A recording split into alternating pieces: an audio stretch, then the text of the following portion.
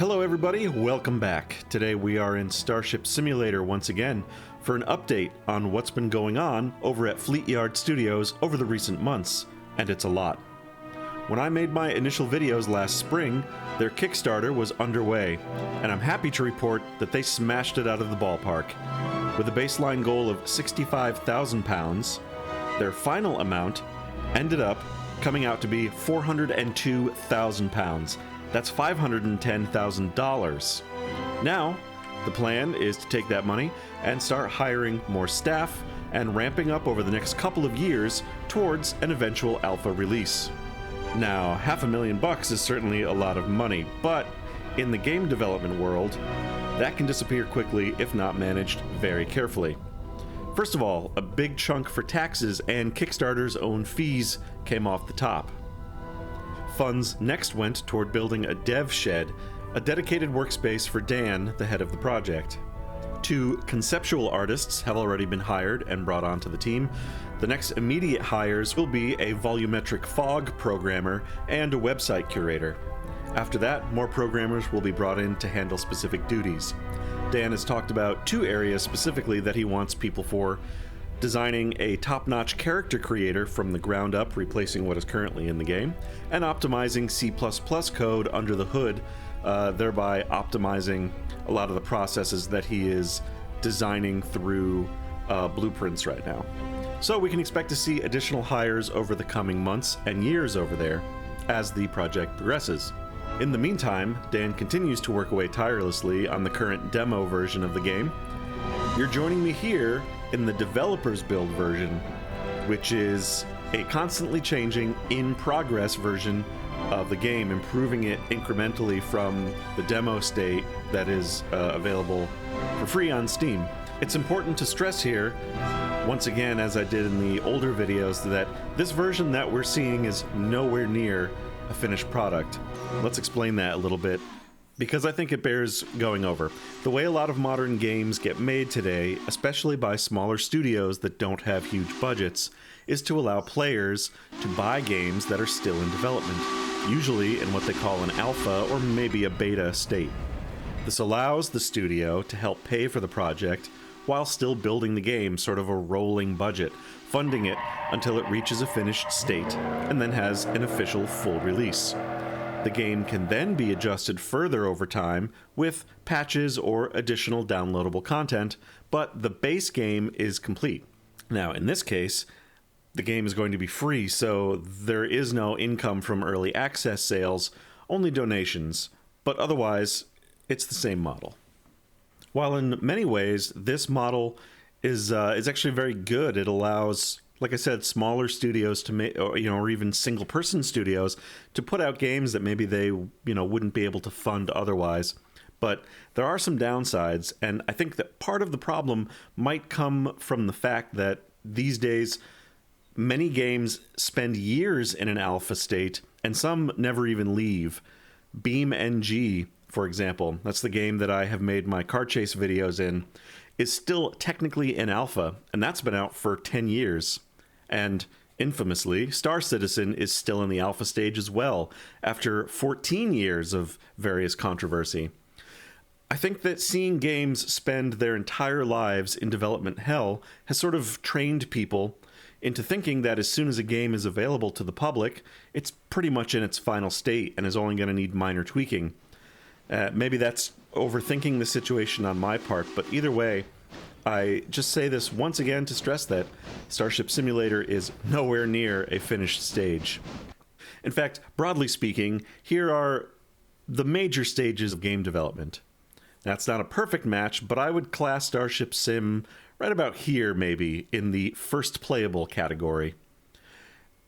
It really is only a technical demo, demonstrating the construction of the ship, the complexity that can be achieved with its systems, and a taste of what traveling the galaxy might be like. Other than that, no real gameplay, beyond just cruising around the galaxy and playing with the systems. The pre-alpha stage is when content is mostly complete, and when permanent choices over core elements have to get hammered out. This is the stage when a game is pretty close to something resembling its final state, and often is when they appear on sites like Steam to start getting in on the pre-alpha release or the early access. Full alpha build is when finally most or all gameplay features are in place and the game is ready for testing. Depending on how much the team grows, right now Dan is estimating late 2025 for this stage, though of course that is subject to change. After that, beta testing is the final step for minute tweaks and optimization, and finally what they call Gold Master here is the completed game, ready for full release.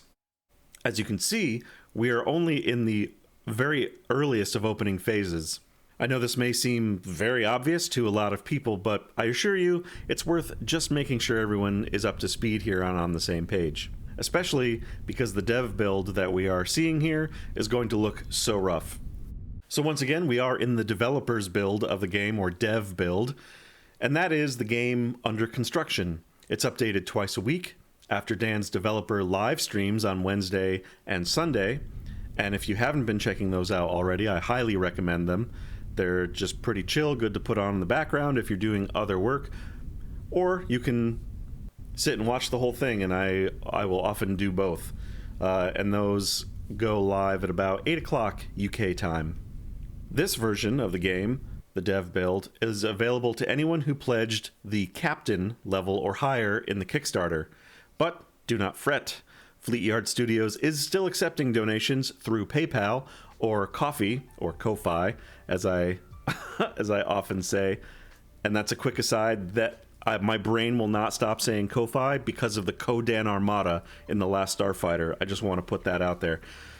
In addition to accepting donations still through those two sites, which I will link down below, by the way, Fleet Yard are still offering the same level incentives that they were during the Kickstarter. So if you pledge Captain level or higher, you could still get access to this particular dev build if that's something you're interested in. The only levels that are excluded are the highest tier, which include ship designing. Only 10 designers were allowed because of the limits on resources that they have. So that you can't do, but any other level you can still give money if you would like. In fact, many people have expressed interest in buying the game when it comes out. I've seen several comments about this in both live streams and on my own videos because they are excited to show their support. But keep in mind that this game will be free on release. So if you were planning on showing your support by giving money anyways at the end of the process, just know that there's nothing to buy at the end, so you could donate at any time. And it'll help them out over there and keep the project going for sure. So the base game, that's the full galaxy, the starting ship, all procedural content, and the main first-player campaign will be completely free. No gated content or microtransactions, no pay-to-play or any of that nonsense. It truly is going to be free. The items that will have a cost will be the DLC that comes after release. So we'll have a line of extra ships coming out. They'll be available. I'm assuming those are probably the 10 backer-designed ships, in addition to other designs that Fleet Yard Studios has in mind already. Ballpark figure of around maybe $15 or so. That's about what they're estimating right now. Also available will be 3 full single-player campaigns, aside from the base single-player campaign. And from what they're saying, it sounds like those will be around $20 to $30 per add-on. So, not bad at all. When I made my first videos on this game, I had literally just discovered it. Now that several months have passed, and I'm much more familiar with the project, let's review some details once again and see what has changed and what is yet to come. Broad overview of the game. Starship Sim is set at the very beginning of human exploration of the galaxy, year 2261. Only slow merchant traffic connects Earth with her only colony at Alpha Centauri. The Magellan is a prototype exploration ship equipped with humanity's first attempt at an FTL drive, and its mission is to explore the galaxy and make as many first contacts with other life as possible, all the while maintaining the health of the ship and its crew. Think of it as combining the exploration of Elite Dangerous, let's say, with the village managing aspect of a game like Medieval Dynasty. You'll have to get the ship through all sorts of dangers and challenges and eventually return home to share your data. Along the way, you will discover alien technology, and will be able to upgrade certain systems of your ship, including possibly even adopting other modes of faster-than-light travel. As you encounter alien life, each race will have a random level of technology ranging from primitive to technological gods, and may even have fleets of ships cruising through their sectors. The game already appeals to many different crowds, as seen in the Discord server. Some people are excited about astrophysics, others about engineering and systems, working in the science labs, or exploring and interacting with races. I think most of us are general sci-fi fans and have a healthy excitement to try it all, but we tend to have areas that interest us more than others. And I mentioned it before, but that's one of the things that I really like about the promise of this game so much. There's a little something for everyone, and especially with a multiplayer crew, you can really sink your teeth into a particular job that suits you or interests you a lot. The galaxy itself is modeled on the real galaxy. They're trying to get essentially a one-for-one model, and is using tons of factors to procedurally generate star systems. A lot of it is using real-world data taken directly from the Gaia Archive, a database maintained by the European Space Agency. Gaia holds data on the positions, colors, temperatures, and even element content of almost 2 billion stars in the Milky Way. In-game star systems will have temperature ranges and habitability zones, and planets will be built from the core out based on distance from the star and what kinds of metals and stellar material might be available for that kind of star.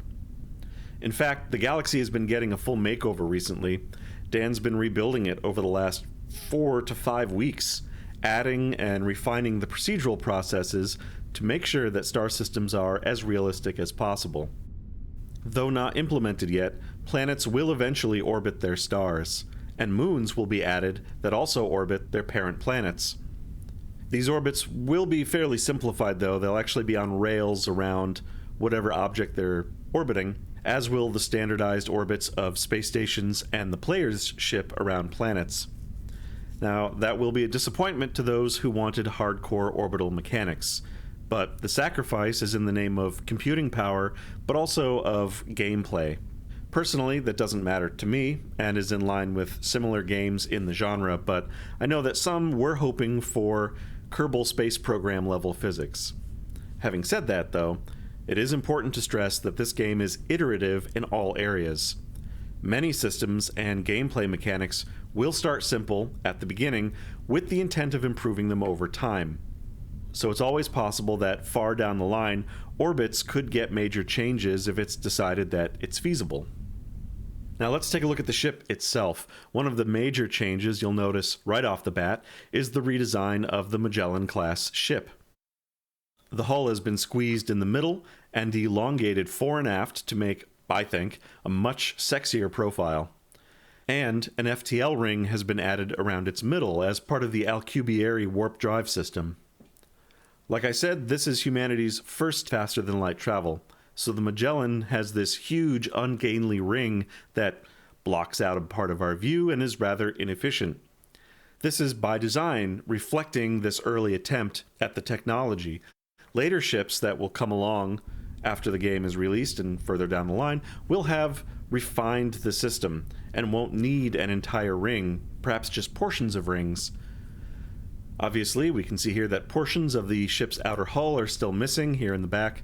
A large vertical superstructure has yet to be added, but that will connect the bottom of the ship to the bottom ring, and that will house various FTL equipment, such as capacitors. I'm actually kind of excited about that because it reminds me very much of the shaft alleys that I had to trudge up and down in my early watch-standing days on Enterprise. 4 large engine pods for the sublight system will also be added, so we'll get the entire back of the ship will be filled out, and we'll sort of complete the full picture of the ship on the outside, and it's going to look really good with those engine pods once those are on. Up forward here, placeholder weapons turrets and nav lights have been added to be replaced later with actual polished models. These are just placeholders at the moment, but this is just showing where some weapons will go, and right now we've just got the red and green nav lights And I assume that, eventually once the ship is done, we'll probably have an entire array of beautiful lighting up and down the ship. I'm really looking forward to that. The FTL ring itself will crackle with energy when operating, and so actually we'll put off sort of a lightning glow on the outer side, and then the inner ring of heat sinks will glow red in the darkness. So we'll have lots of very pretty lighting effects going on with the exterior of the ship once all that stuff is in place. But not even a discussion yet. Dan has to get the ship finished in the first place and get everything running. So that's, future details to work out, but that is the plan. Now, though it is armed, this ship is not built for combat. It's a science vessel, and a large part of its crew are civilian scientists. The interior reflects that, being built for comfort rather than stark military minimalism. The ship is a luxury liner, not a battleship. Now, I just mentioned this because there's a lot of very nice carpeting around and very pleasant curves, and there's going to be a lot of plants, and there's a lot of windows. So just to head off any complaints that things are a little too soft on board this ship, just a reminder that it is designed to be soft.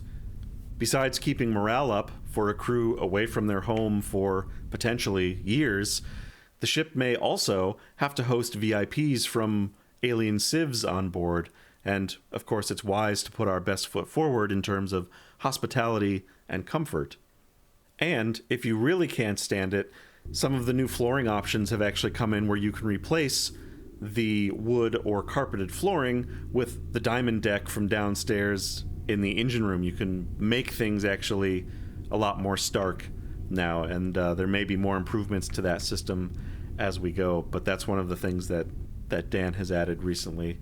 So if you really, like I said, if you really can't stand it, there are new flooring options for you, but you're not going to be able to get rid of the plants or close up the windows, just a heads up.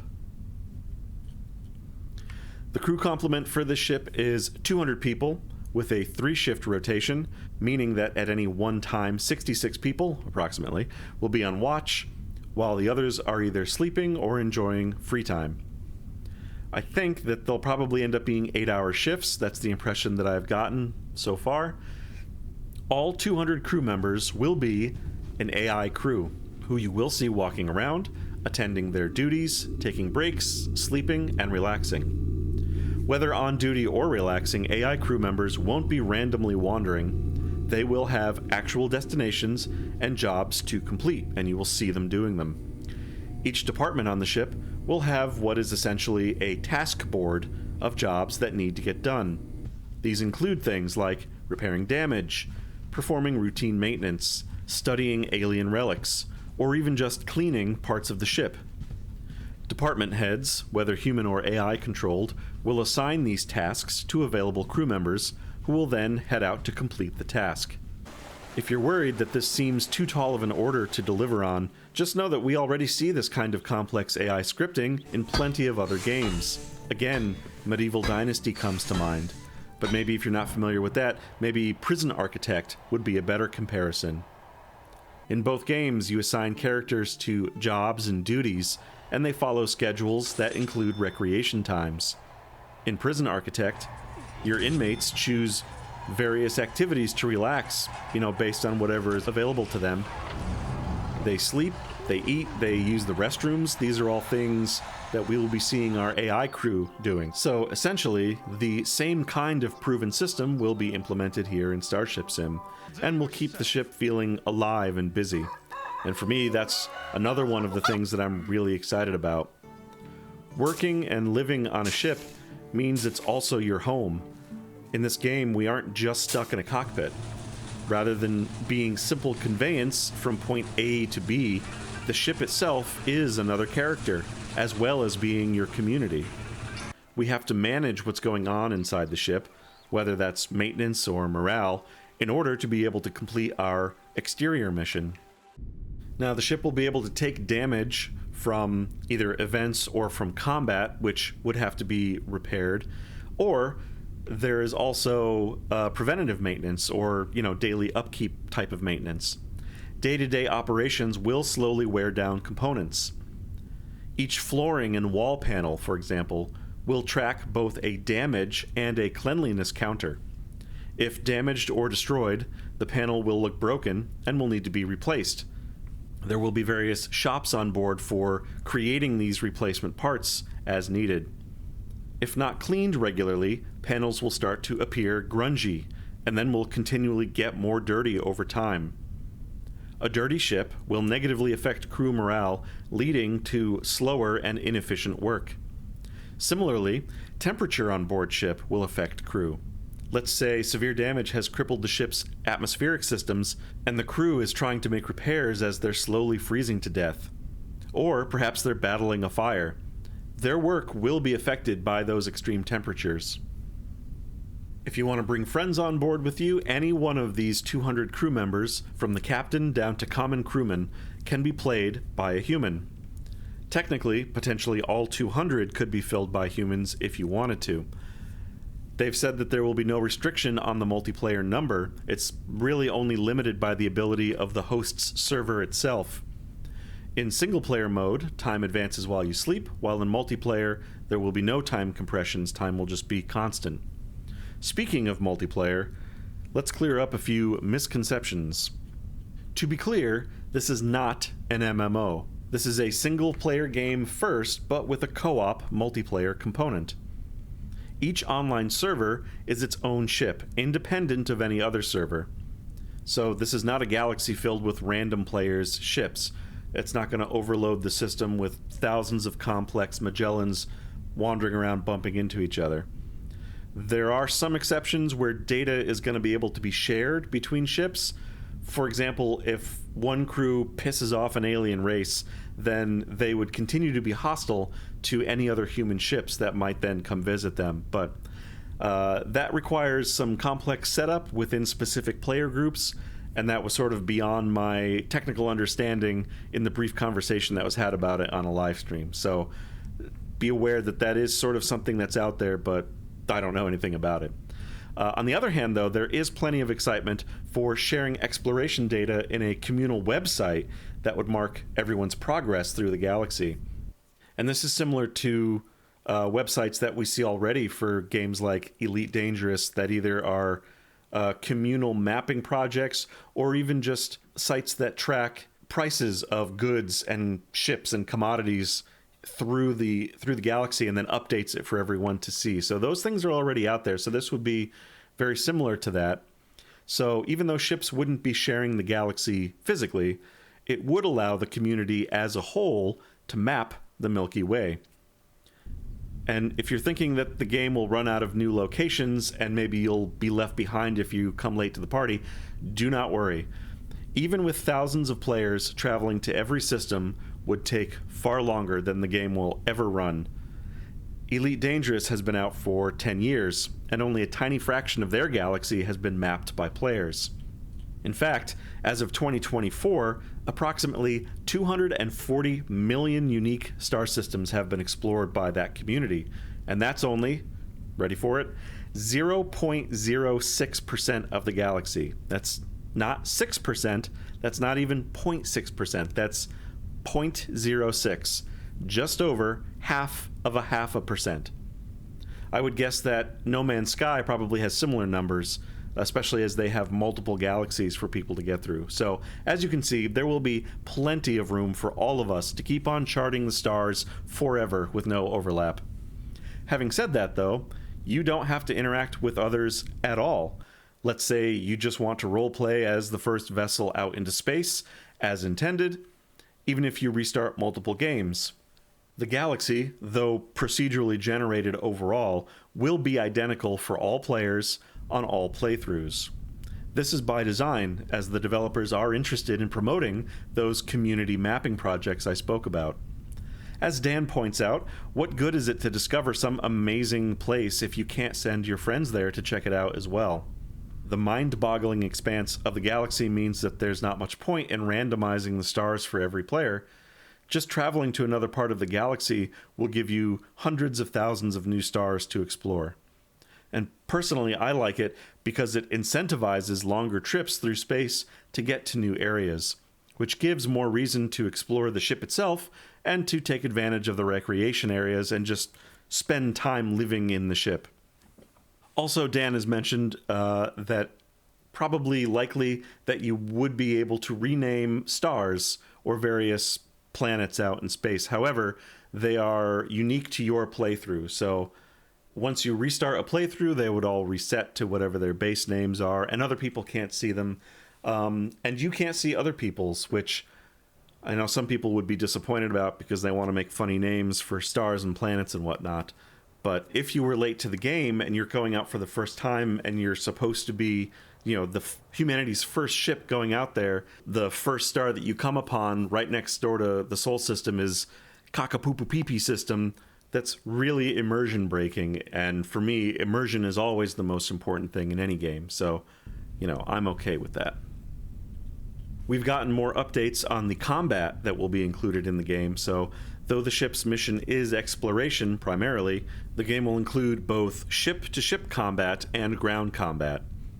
The Magellan now includes 4 weapons turrets and their maintenance rooms inside the hull.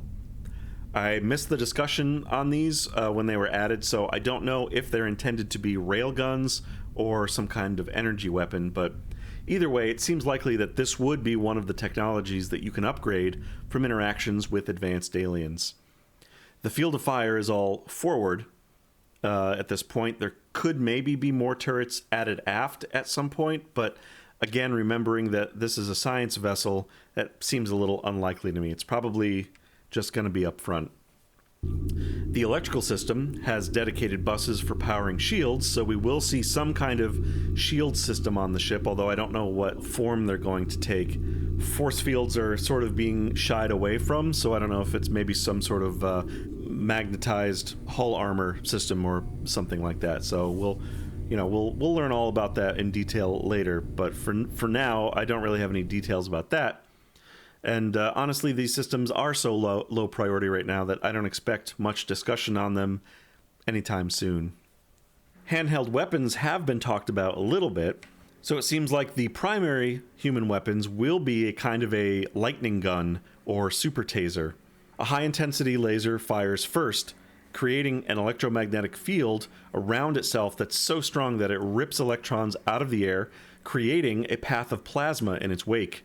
A split second later, an electrical charge is fired, and since plasma offers less resistance than air, this charge follows the plasma path right to its target. This is based on real technology that has been tested here on Earth, but there are several drawbacks.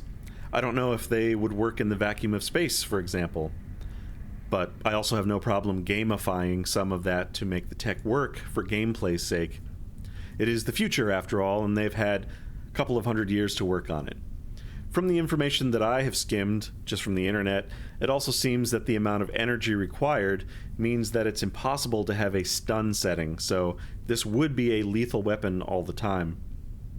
There will eventually also be a combat simulator game mode where 2 teams engage in space combat until one ship is disabled, then boarding parties engage in hand-to-hand combat inside to take over that ship.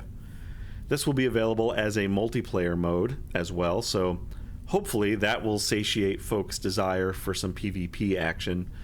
I assume that it also will be a demonstration of how actual boarding action will work in the campaign mode.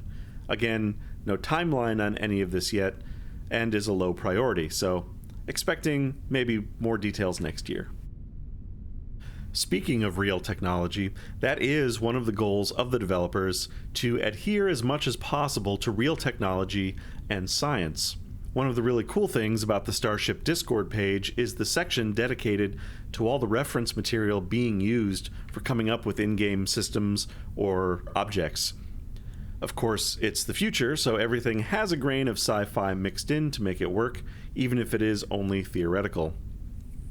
The FTL drive, for example, that we discussed, it's what's called an Alcubierre drive, based on the 1994 theoretical paper by Dr. Miguel Alcubierre, or Alcubierre, I've heard it pronounced both ways, as well as the more recent work by other researchers trying to prove the technology. The drive folds space around the ship, surfing along in a warp bubble on the crest of a time-space wave as it compresses space in front and expands it behind. The fusion reactor downstairs is also based on one of several competing ideas for cold fusion reactor designs. What we have here is what's called a field-reversed configuration, or FRC reactor, and it's based on a design from TAE Technologies, a company in Southern California. Two plasma streams are accelerated into each other and then heated by particle beams in the confinement chamber. Both of these technologies are still completely theoretical, but they offer real-life jumping-off points for possible future tech to be used in the game. Another example is the windows around the ship, which are in fact armored and are as strong as the armor plating of the metal parts of the hull. And I'm pretty sure this is based off of the current research in transparent ceramic armor, which actually came under consideration for use in spacecraft beginning all the way back in 2011. Now, what all that means is that everything around the ship is grounded pretty much in reality in one way or another, and that really helps, again, with that immersion. It means that for most items, you can basically go and search the internet and try to find, what that technology is based on or what the theory is based on. And if you really want to know about the inner workings of some of these systems or items, you can just research it. What this philosophy also means, though, is that Dan is specifically avoiding some popular sci-fi technologies that are completely in the realm of fantasy, and so you should not expect to see them in-game. Star Trek transporters will not be a thing, for example, or food replicators, and of course those are based on a similar branch of technology. Force fields are also being avoided, either for security measures or for damage control. The exception to this at the moment is in the shuttle bay, where a force field separates the bay from space. This decision was made for early gameplay reasons, but Dan has made it clear that he's not happy about it, so I would expect probably some kind of change somewhere down the line to the hangar bay or to the entrance itself. Maybe a blast door or some sort of large airlock arrangement.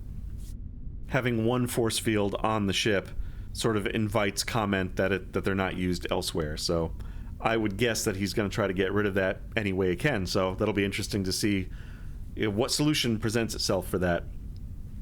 Another big technology that many people seem to be clamoring for is Holdex, but I could not disagree with this more. First of all, it's part of the same technology family as transporters and replicators, and therefore have no plausible implementation yet. But mainly, it seems silly to me to devote precious programming time and resources to something that's really outside the scope of the game. We are already escaping into a video game, and a further layer of escape is pretty redundant. Not to mention that any usable program within a holodeck would require the programming of a whole additional game, unless we are just expected to stand around in a pretty but static scene, which then really doesn't seem worth the effort. So I think that the closest tech that we would have now and in the future would be VR, or just a gaming system even. So the same effect could be achieved by going to your stateroom, closing down the game, and then opening another game. So there you have it. Now you're role-playing that you're on the holodeck. Now you're in medieval times somewhere. So that's the equivalent to using the holodeck or a gaming system in the ship. So I guess I'm just warning everybody to temper any expectations of a dedicated holospace on board, because I don't think it makes much sense, and the team over at Fleet Yards don't seem to be hot on it either. That's the end of my prepared statements, so this seems like a good place to wrap up this video for now. I have more planned, but let's save that for next time, when I will walk around the ship and discuss things like the damage and repair mechanics, planned joystick control, and more. I've run out of time as I have a week of travel coming up, so let's make this a part 1, and I'll return in a couple of weeks for part 2. Until then, happy flying, and have a great day. We'll see you next time.